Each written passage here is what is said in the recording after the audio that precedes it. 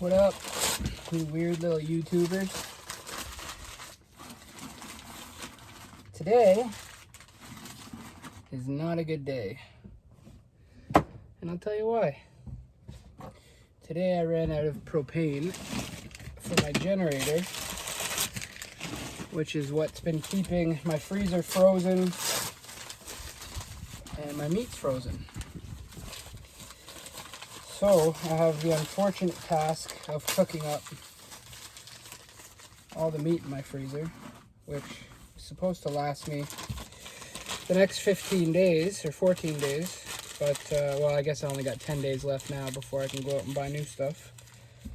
But unfortunately, because of the lockdown, they are not allowing me to go fill up propane tanks. So we're cooking meat. A whole bunch of meat. So what my initial plan was, obviously I'm not that ill-prepared to just come low with propane. I was under the impression that I would be able to contact Superior Propane out here and have them deliver a torpedo tank, which is like the massive propane tanks, and have them hook it up to my generator. And it is sounding like the type of generator I have likely isn't suffice for their guys to come out and hook it up. I think they expect it to be like a full size. I mean, it's a 10,000 watt generator. It's no Mickey Mouse generator, but I think they want you to have one of those big, Generac home generators for them to come out and set one of those up. And I tried calling a couple places to see if I could get a couple 100-pound tanks delivered full, and I haven't been able to find anybody that can do that either, and I am out of time now. So this is the way she goes sometimes. So we cook up the meat, and there is still enough chill in the freezer that it can at least act like a fridge. So once I cook this meat, I can put it in the fridge and it'll sustain at least another 3 days in there cooked. And I'll eat it over the course of the next 3 days. I'm not gonna cook everything. There's just no point. But I'm gonna cook up. I got this awesome monster pack of bacon from Costco. It's like a double. Here, give me a minute. Hold on. Hold on to me. Okay.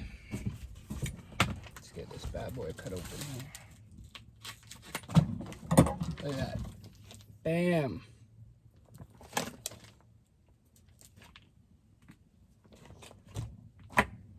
So yeah, by the end of this week, I'm gonna be, well,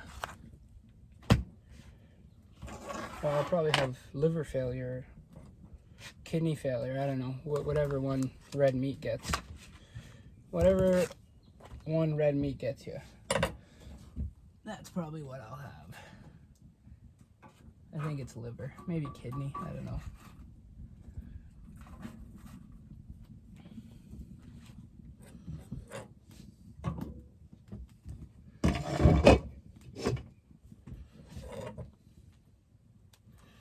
I really should be doing these.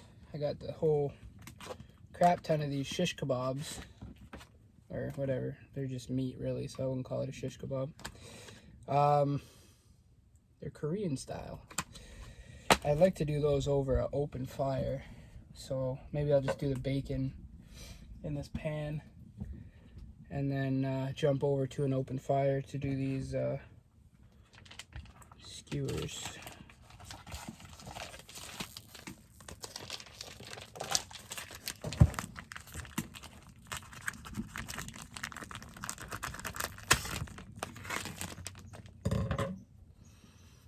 Maybe I should give my hands a quick wash first.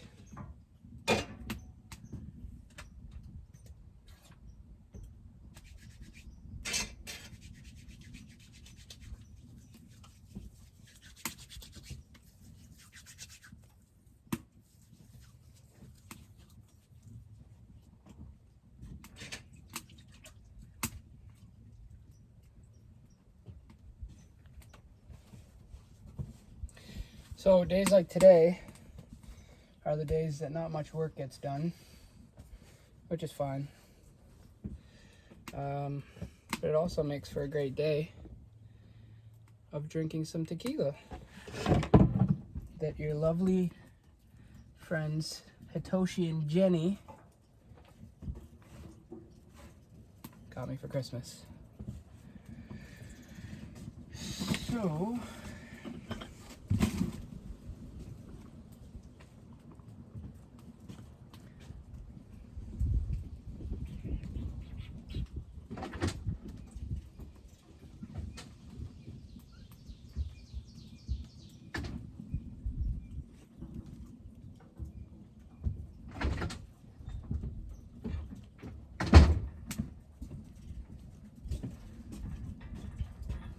I'm just gonna use this dirty old mug that was left in the cabin. I washed it. Relax. Not trying to get the herply-erplies, you know?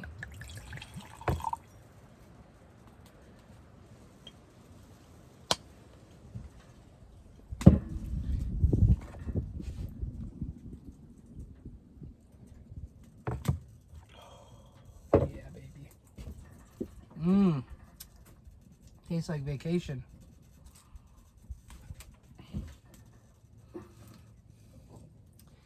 Brings back all kinds of memories. Hanging out with an old friend of mine, Mark Burnham. We used to go down to Mexico and get into some stuff, some not good stuff.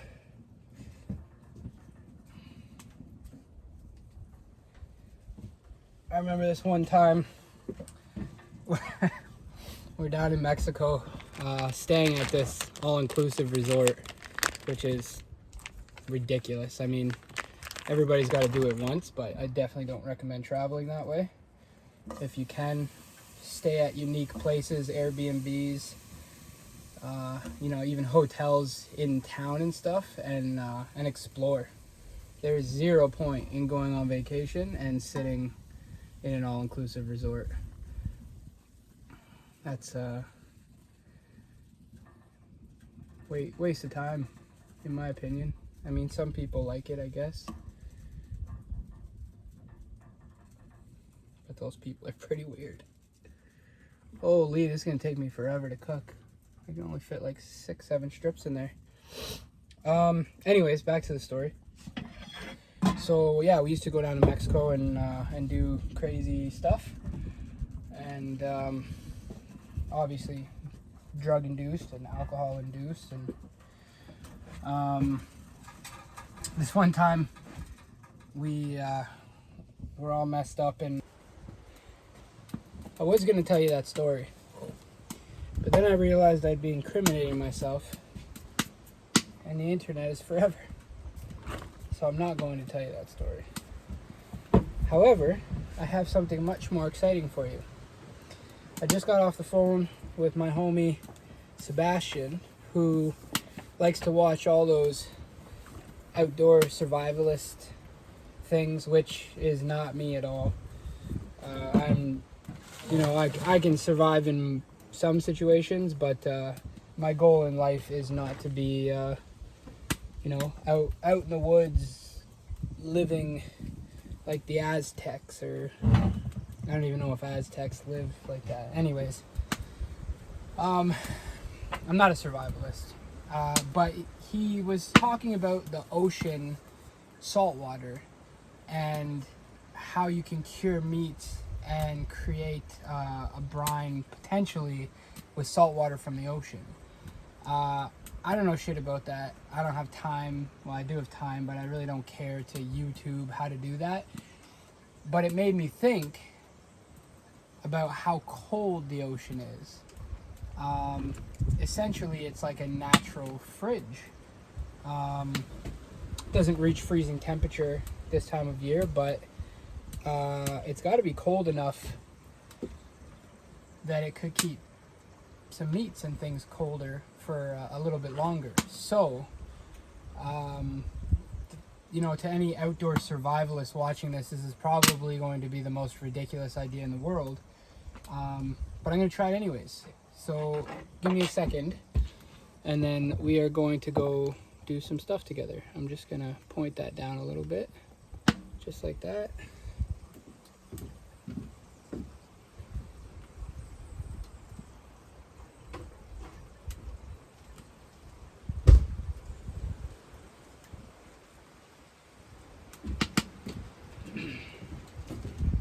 So I'm going to lose this meat anyways. I'm currently still cooking all that bacon. I still have all my pork to cook. But I have another thing of another pound of back bacon. So I've put it in a Ziploc bag, even though it's already in an airtight seal. I just put it in an additional bag. And what I'm going to do is I'm going to take this rock and I'm going to tie them together in hopes that well, the meat in the Ziploc bag won't float. Because if it floats, it's not going to do much good if it's not under the water. So we'll tie this here up. This really isn't the greatest rock to be doing this with, but we'll make her work.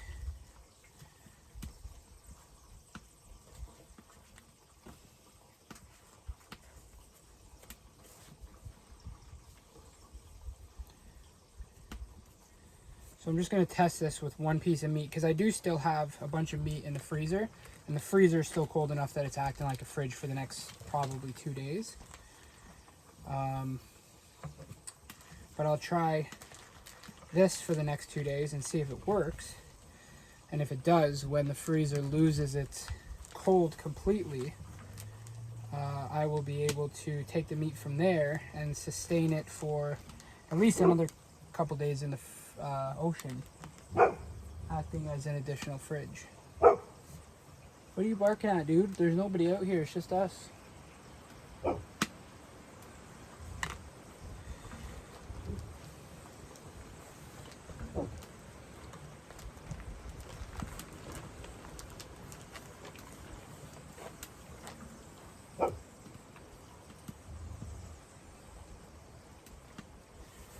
So if you're ever in a situation that you need to get rid of a body, what I'm doing right now is another fantastic way of doing that.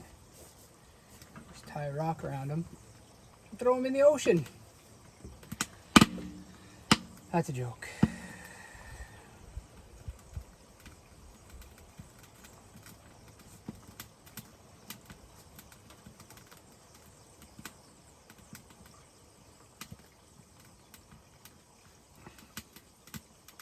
I also have no knot tying abilities. If you ask me to tie anything but a standard knot, wouldn't happen. Actually, funny enough, I don't even know how to tie my shoes using like make a loop and then tie it around the loop thing. I only know how to do the 2 bunny ears, and then you loop the bunny ears. So that'll tell you just how knowledgeable I am with knots. But what does it really matter? A bloody knot is a knot. Just tie it and shut up. Okay, that's what I call a dirty triple knot. So I've left myself some rope because I got to tie it off to something so the ocean doesn't take it out. So here the challenge that I have is that the tide goes in and out twice a day and overnight, right? So what my plan is, because I don't want it just sitting out in the sun when the tide is out, so I'm actually going to dig myself like a 2-foot hole, and I'm going to put this in the hole and then run the rope out and tie it off to something right on the shoreline, but where the water comes in. Now I don't know when the tide goes out, you know, how much of that 2-foot sand that's on top of it, is it gonna, you know, wash out with it? Will it still be exposed? I have no idea, but that's the fun of this, is we're learning together. So, whatever, let's go do it. Okay, so my theory here is really quite simple. And anyone thinking of following in my footsteps, I wouldn't, because I have no idea what I'm doing. So I've got my female tied to a rock, wrapped up. She's pretty sturdy, not going anywhere. The tide's just starting to go out. And when the tide comes in, this will be, I'm going to dig a hole about 2 feet deep. And this will be 2 feet deep under the ground with, when the tide is fully in, will be covered in about 3 feet of water as well. So it'll be about 5 feet down. And then I'm gonna tie a couple ropes, put a big rock on the other end of the rope and put it behind a big rock that's beside me here. And when the tide comes in and out overnight, that should stop it from taking this with it. And that's even if it washes out the sand and rocks with it. I mean, it goes out so gradually, my guess is none of this will even move. And I wouldn't even have had to tie it off, but we'll see. Beauty day out here.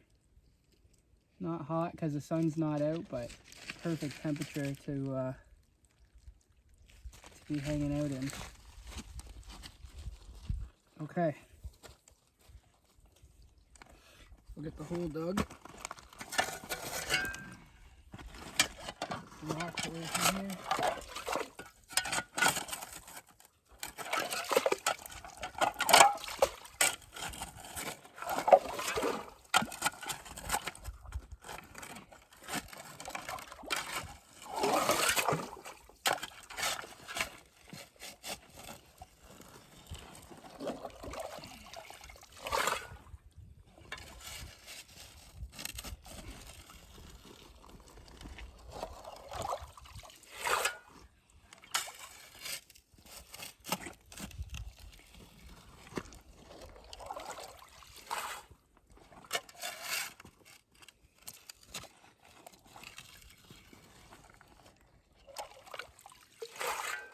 So it's down about a foot already, but I'm gonna have to wait for the water to go out a bit more, otherwise I'm gonna end up soaking wet.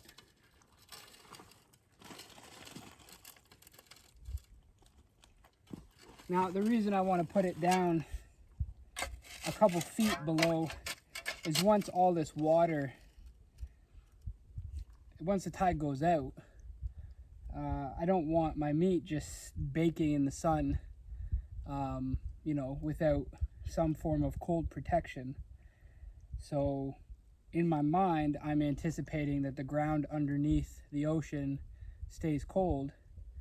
Man, to a real survivalist, I probably sound like a friggin' moron right now.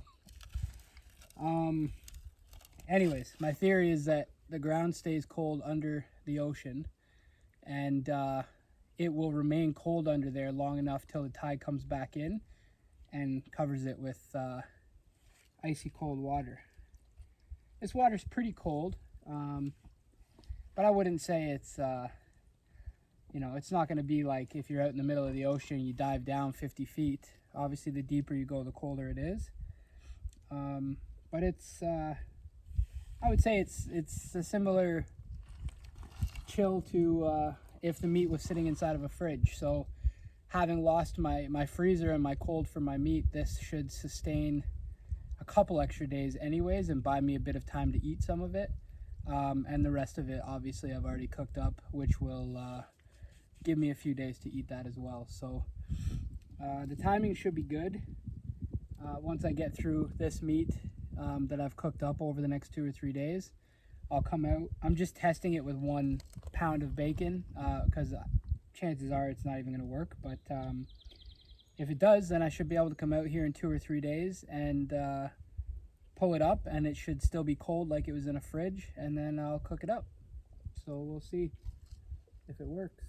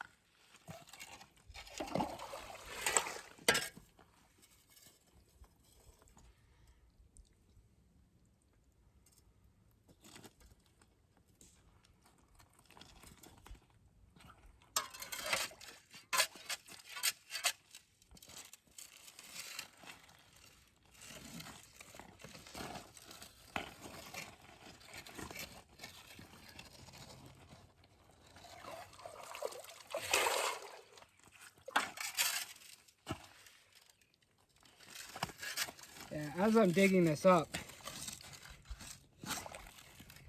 I mean, you can just touch this, and it's pretty icy cold under there, so I don't know, guys, I might be onto something.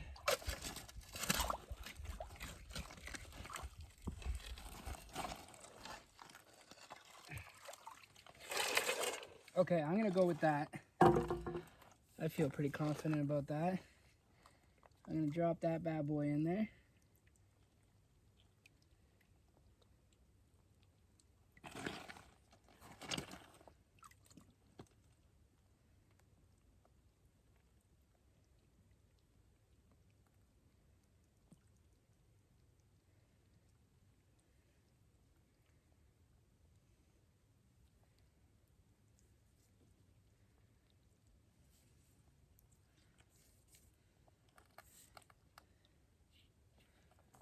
Okay. Now I'm gonna cover it back up with what I dug out.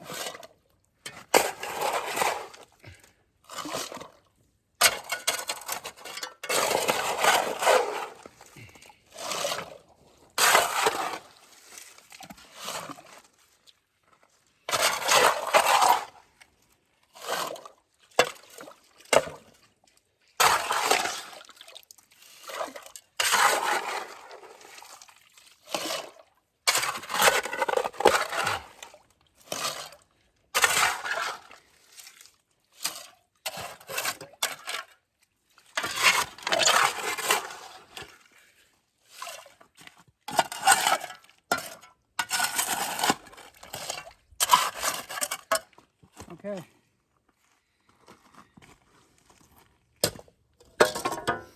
I probably didn't even go down 2 feet, to be honest. I think I'm down about 1.5 feet maybe. So I'm just gonna tie off to this rock here. Actually, a longer rock would be better.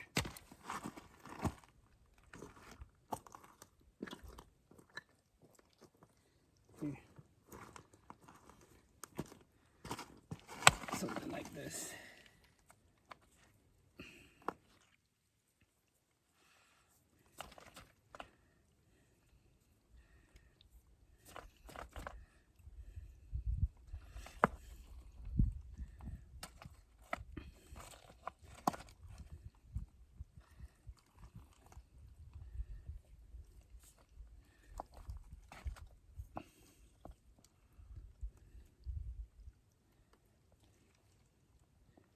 Okay. And I'll toss this behind this monster rock. Just like that. I might even just throw a couple extra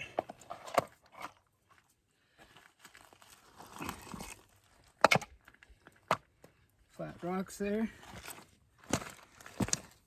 So we've got that in there, rope running up behind a rock there, and the tide comes in pretty high around there. So this will be completely submerged in water, and we'll see how she looks in 3 days. Ridiculous. I thought about something. Just for fun, I want to see if I go inside, if Cash will try and take any of this bacon. So I'll move this down here. See if we can catch his shyster self in the act.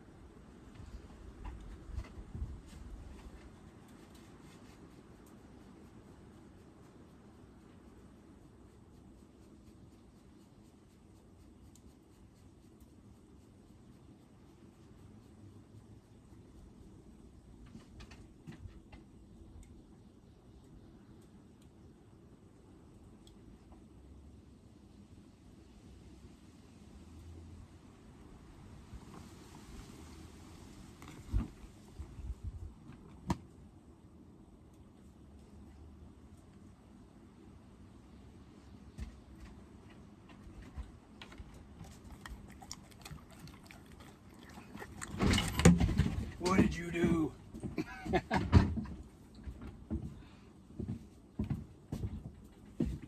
I knew it. Nah, we'll give him it. Come here. Come here.